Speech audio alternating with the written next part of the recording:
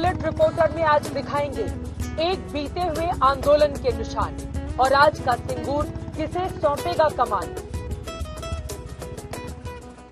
नमस्कार, हुगली जिले के सिंगूर से आप सभी का स्वागत है। आपके साथ मैं हूं चित्रा त्रिपाठी। ये वही सिंगूर है जिसने ममता बनर्जी को सत्ता के शीर्ष पर बिठाया था। 2006 में नंदीग्राम के भी पहले सिंगूर में किसानों ने आंदोलन किया था, जिसके बाद ममता बनर्जी पूरे राज्य में छा गई थी। आपको बताते चले, वैसे तो पहले 14 चुनावों में 12 बार सीपीएम ने यहां पर कब्जा किया था लोकसभा में, यानी कि ये सीपीएम का गढ़ हुआ करता था। उसके बाद 2 लोकसभा चुनाव 2009 और 2014 ममता बनर्जी की टीएमसी ने जीती थी। जबकि बात अगर 2019 की करें तो यहां पर टीएमसी बेहद कमजोर नजर आई, जब भारतीय जनता पार्टी ने यहां से लॉकेट चैटर्जी को उम्मीदवार बनाया और वो चुनाव जीत गई। लेकिन इस बार सिंगूर का मुकाबला कांटे का माना जा रहा है। सिंगूर विधानसभा में चौथे चरण में यानी कि 10 तारीख को वोटिंग होनी है। अब सवाल यह है कि सिंगूर का असर इस पूरे के पूरे इलाके में मौजूदा वक्त में कैसा देखने को मिल रहा है। सिंगूर की जनता के मुद्दे क्या हैं? जो विरोध किसानों ने किया था, जिसके बल पर सत्ता के शीर्ष पर दीदी पहुंची, क्या उन्होंने यहां यानी कि सिंगूर के हिस्से को भी शीर्ष पर बिठाया है? आज इसी बात की करने वाले हैं हम बड़ी फट।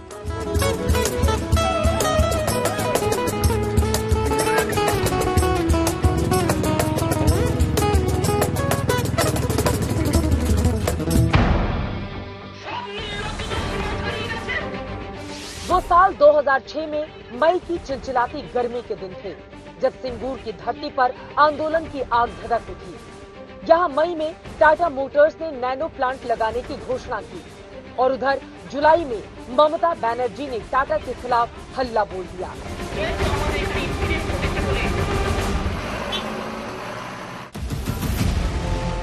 वक्त गुजरता रहा और बंगाल के इस भाग में सियासी सरगर्मी चरम की ओर बढ़ती रही।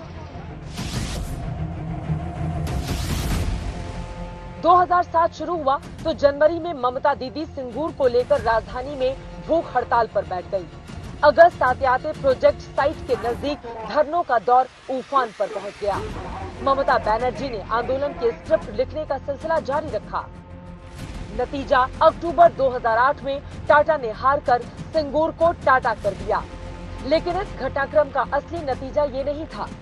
सिंगूर आंदोलन की उस इबारत का असली नतीजा आया साल 2011 में, जब बंगाल की सत्ता पर 3 दशक से ज्यादा समय से काबिज लेफ्ट सरकार अपदस्थ हो गई और पश्चिम बंगाल में दीदी युग आरंभ हो गया।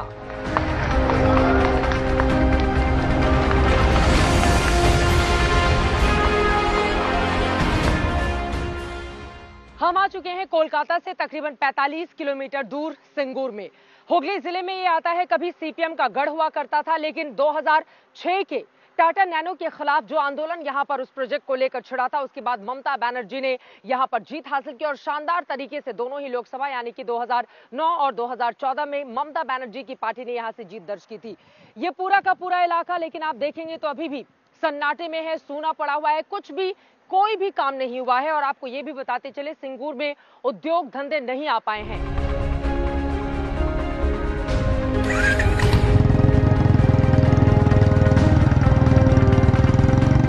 लेकिन आज न वो दौर रहा न वो दिन। वर्तमान इतना भर दिखाता है कि ऐसे विशाल आंदोलन के वट वृक्ष तले पला सिंगूर इतने सालों में कभी भी पनप नहीं सका। वक्त का हिरण कुलाचे भरता आगे निकल गया और सिंगूर कहीं पीछे छूट गया। सिंगूर की सड़कों से गुजरती हुई हमारी ये बुलेट अपनी रफ्तार से आगे की ओर बढ़ती हुई, लेकिन आपको बता दें, सिंगूर में विकास की जो रफ्तार है, ऐसा लग रहा है कि 2006 से ही उस पर ब्रेक लगा हुआ है या उसके भी पहले, क्योंकि एक कोशिश जरूर की गई थी ताकि यहां पर उद्योग धंधे स्थापित किए जा सके और लोगों को रोजगार दिया जा सके। लेकिन फिलहाल यहां पर उद्योग धंधे दूर दूर तक कहीं भी आपको नजर नहीं आते हैं। विकास के बहुत सारे दावे किए गए, लेकिन वो तमाम दावे यहां पर पटरी से उतरते हुए चले गए। यही कारण है कि विकास की राह ताक रहा आज ये हिस्सा बहुत सारे सवालों के साथ इस वक्त लोगों के सामने है कि क्या अगर सिंगूर आंदोलन यहां पर नहीं हुआ होता तो स्थिति यहां की कुछ अलग होती। सवाल बहुत सारे थे और बेहतर यही था कि जवाब हम उनसे लेते जिनकी जिंदगी पर उस आंदोलन का असर सीधे तौर पर पड़ा था। टाटा नैनो का प्रोजेक्ट तो गुजरात चला गया यहाँ पर विरोध के बाद, लेकिन सिंगूर में लोगों की जिंदगी कितनी बदली, यहाँ का विकास हुआ या फिर नहीं हुआ, नेताओं ने जो वादे किए थे वो पूरे किए गए या फिर नहीं किए गए, इसके बारे में बातचीत करने के लिए हमारे साथ सिंगूर आंदोलन के दौरान बढ़ चढ़कर हिस्सा लेने वाले गांव वाले मौजूद हैं। उनसे हम जानते हैं। आपकी भी जमीन थी उसमें जिसको लेकर आपने नैनो प्रोजेक्ट का विरोध किया था? एकदम एकदम। तो अब क्या हासिल हुआ? जमीन आपको मिल गई? 4 बीघा जमीन मिल गया हमारा। हाँ। तो वहाँ पे क्या है, हम लोगों का जो जमीन के लिए जो लड़ाई था, हमारा पिताजी खेती के लड़ाई किया, वो खेती करके हमारा पढ़ाई लिखाई किया, हम उसमें खेती करके हमारा जीवन यापन अभी भी करते हैं। ठीक है, तो ये जमीन जो मिल गया, ये जमीन लड़ाई से हम लोगों के लिए नहीं किया। ये जमीन के खेती में उत्पादन होता तो सब आदमी खाता, आप भी खाता है, हम भी खाता है। अभी उत्पादन हो रहा है नहीं हो रहा है? उस जमीन पे क्या है अभी? वो जमीन में अभी खेती हो रहा है।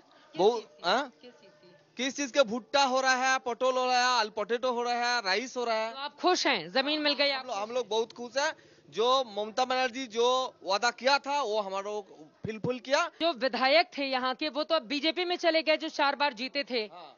तो अब ममता बनर्जी को देखकर वोट डालेगी जनता या विधायक को देखकर? बीजेपी ममता बनर्जी को देके वोट डालेगा जरूर, 100%। कौन कहाँ चला गया वो देखता नहीं। वो तो एमएलए लोग अपने अपने जो टिकट नहीं मिलेगा दूसरा जगह में चला जाता है। हम लोग तो लड़ाई करते हैं हम लोगों के लिए, जमीन के लिए। हम लोगों को लड़ाई करते हैं खेती के लिए। कौन जीत रहा है यहाँ से, दीदी या बीजेपी? दीदी वर्क। नंदीग्राम में तो मुश्किल हो गई है उनके लिए। ये तो ये खोलने अधिकारी शुभेंद्र अधिकारी सीमा नहीं, वो मानुस ने क्यों? क्या बोल रहे हैं ये? बोले शुभेंदु अधिकारी वो मानुस नहीं है। अच्छा। दीदी से लेके खा के पी के अभी दूसरा पार्टी में चला गया, वो बेईमान है बोल रहा है। बेईमान है अभी। दीदी ममता दीदी बीजेपी? ममता दीदी। ममता दीदी। আমার দিদিকে চাই। दीदी की चाहिए। হ্যাঁ, তুই কি করছিস? আমি তৃণমূল করি। कुछ महिलाएं हमारे पीछे हैं, इनसे बातचीत करते हैं। दीदी या बीजेपी या कांग्रेस या कोई और पार्टी, कौन अच्छा लगता है? আমাদের তৃণমূল। तृणमूल। হ্যাঁ, तृणमूल क्यों? ও আমাদের সবকিছু সাহায্য করছে। अच्छा हुआ है, यहाँ पे काम हुआ है। হ্যাঁ, সব দিক থেকে আমরা ভালো হয়ে পাচ্ছি। आपको भी लगता है काम हुआ है? একদম।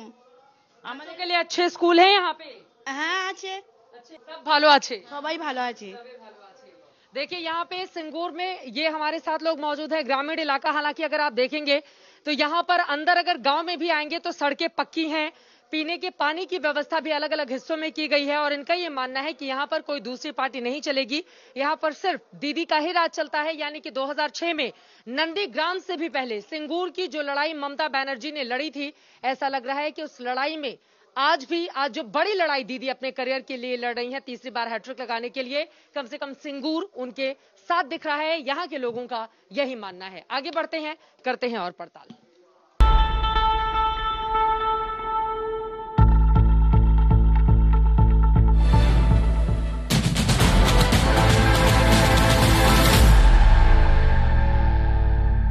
सिंगूर में अलग अलग हिस्सों में हम जा रहे हैं और ऐसे ही बार्बर शॉप में आ चुके हैं। बहुत सारे लोग यहाँ पर बैठे हुए हैं अपने अपने इंतजार में हेयर कटिंग के लिए। कुछ लोगों से जरा बातचीत करते हैं। कौन सा मुद्दा यहाँ पर ज्यादा हावी है? तृणमूल। तृणमूल कांग्रेस वही जीतेगी? वही जीतेगी। बीजेपी और बाकी पार्टियों का नहीं जोर है? ये भी काम क्या किया है वो जीतेगा। আমরাও তৃণমূল, এখানে সব তৃণমূল। यहाँ पे सब तृणमूल। आप लोग भी मानते हैं तृणमूल या कोई और पार्टी है? हर तरह तो टीएमसी है। लेकिन पता नहीं कौन जीतेगा। पता नहीं कौन जीतेगा। आपको कौन अच्छा लगता है? सभी अच्छा है। कुल मिलाकर आप देख पा रहे हैं कि कम से कम ज्यादातर हिस्सों में अगर हम जा रहे हैं तो सिंगूर में ममता बनर्जी के पक्ष में ही लोग अपनी बातें कह रहे हैं। आगे बढ़ते हैं।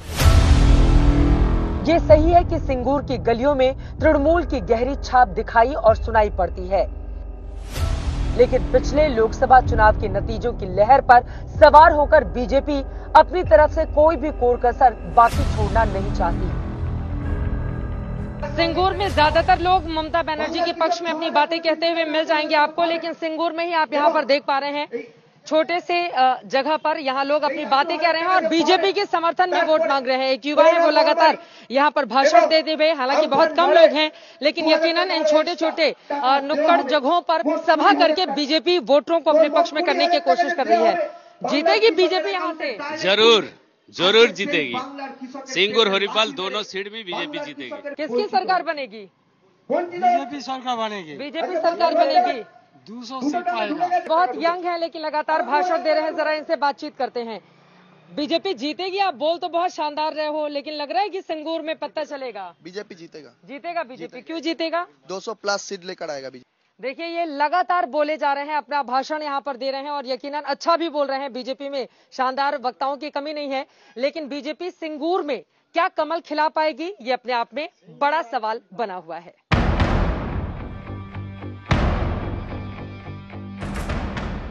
कभी आंदोलन के नाम पर तो कभी नेताओं के काम पर यहाँ सियासत सदा करवटें बदलती आई है, लेकिन सिंगूर की गलियों में ऐसे लोगों की भी कमी नहीं जिनकी जिंदगी किसी भी हवाले से बदल नहीं सकी। बरगद का पेड़ यूं तो अपनी बहुत सारी खूबियों के लिए जाना जाता है, लेकिन बरगद की छांव में बैठना आपको बिल्कुल अलग सा सुकून देता है।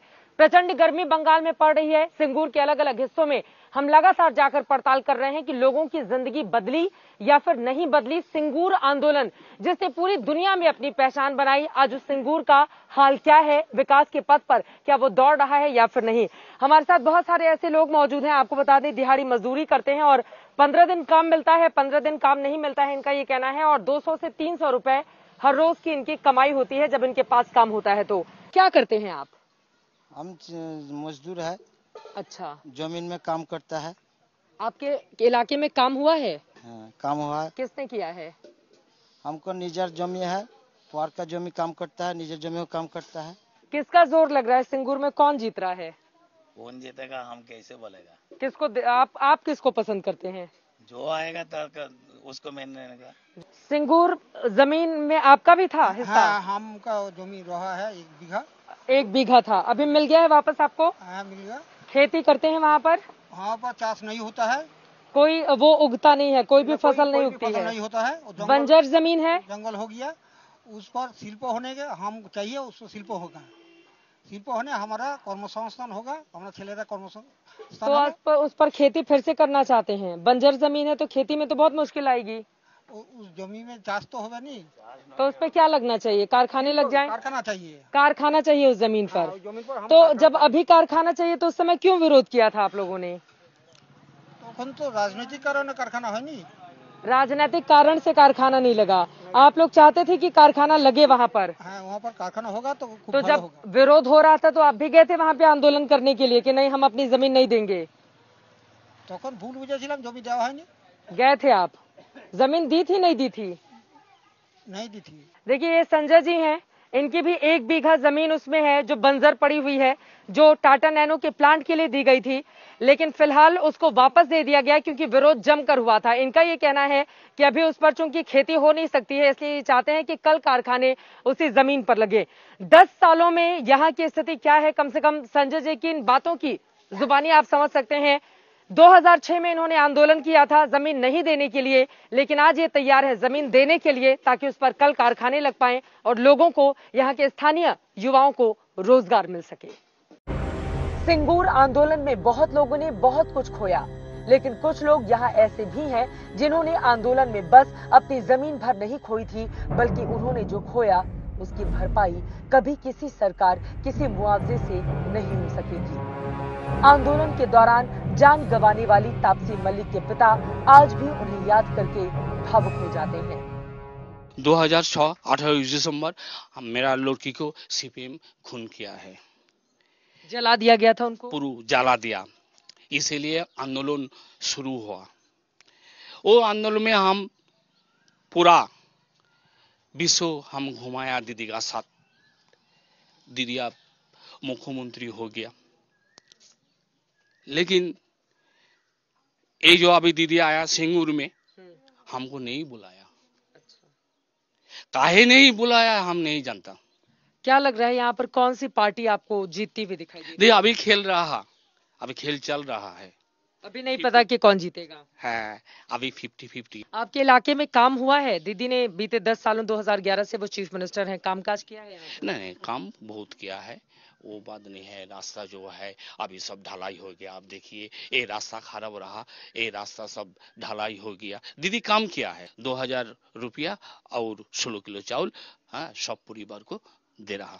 सिंगूर में 2006 के आंदोलन में जिन लोगों की जमीन सरकार की ओर से तब की लेफ्ट सरकार ने ली थी, आपको बता दें कि दीदी की सरकार आने के बाद 2011 से ही 2000 रुपए हर महीने और साथ ही 16 किलो चावल हर उस व्यक्ति को मिलती है जिनकी जमीन उस समय अधिग्रहित की गई थी। हालांकि बाद में उन तमाम लोगों को सौंप दिया गया। बहरहाल सिंगूर के लिए आंदोलन इतिहास है और भविष्य रास्ता ताक रहा है। ममता बनर्जी के लिए बेहद महत्वाकांक्षी इस सीट पर हर पार्टी अपना जोर लगा रही है। इस बार सिंगूर में बीजेपी ने रविंद्रनाथ भट्टाचार्य को अपना उम्मीदवार बनाया है, तो तृणमूल कांग्रेस ने बेचाराम मन्ना पर अपना दांव लगाया है। वहीं लेफ्ट ने सृजन भट्टाचार्य को मैदान में उतारा है। लेकिन सिंगूर की लड़ाई इस बार इसलिए भी दिलचस्प हो जाती है क्योंकि टीएमसी के टिकट पर पिछले 4 बार से विधायक बनते चले आए 89 साल के रविंद्रनाथ भट्टाचार्य इस बार बीजेपी के पाले से शंखनाद कर रहे हैं। सर, अपनी पुरानी टीएमसी पार्टी से आप अलग होकर बीजेपी में आ गए हैं। सिंगूर में जीतेंगे ममता बनर्जी के सामने? सिंगूर से फिर जीतेगा as an MLA of Bharatiya Janata Party, but I was elected for 4 times as an MLA of TMC party. I think that BJP will win and Trinamool Congress will be defeated by large margin this time. उसको MLA बनाया है, उसको 4 बार जो MLA बनाया है ना, हम बनाया है, इसलिए ये मामूली काम है ये लड़ने के लिए। और सिंगूर का तमाम आदमी का मत है जो उनका बात जितना कम बोलेगा सिंगूर का आदमी जितना अच्छा रहेगा। और हर रोज हम सिंगूर सा आदमी का साथ थे और हर टाइम सिंगूर का आदमी साथ थे, इसलिए हम लोग का खेला अच्छा ही होगा।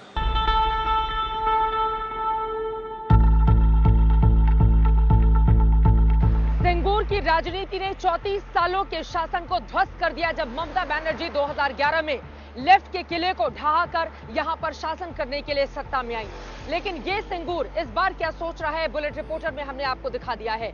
दरअसल 2019 से हुगली जिले की पूरी बाजी पलट कर रख दी है और इसी वजह से मुकाबले में भारतीय जनता पार्टी और टीएमसी मानी जा रही है और दोनों में कांटे की टक्कर है। लेकिन सिंगूर से जो मौजूदा विधायक जो 4 बार टीएमसी के टिकट पर विधायक चुने गए और साथ ही मंत्री भी रहे ममता सरकार में, वो क्या इस बार बीजेपी के पक्ष में बाजी कर लेंगे या फिर ममता बनर्जी एक बार फिर से यहां पर अपना प्रभाव छोड़ने में रहेंगे कामयाब और टीएमसी के टिकट पर जिस उम्मीदवार को उन्होंने मैदान में उतारा है वो मुकाबले को जीत लेंगे? ये देखना रहेगा काफी ज्यादा दिलचस्प। आगे क्या होगा इस पर रहेगी आज तक की नजर। कैमरा पर्सन हिमांशु शर्मा और संजय कुमार के साथ चित्रा त्रिपाठी, सिंगूर, पश्चिम बंगाल, आज तक।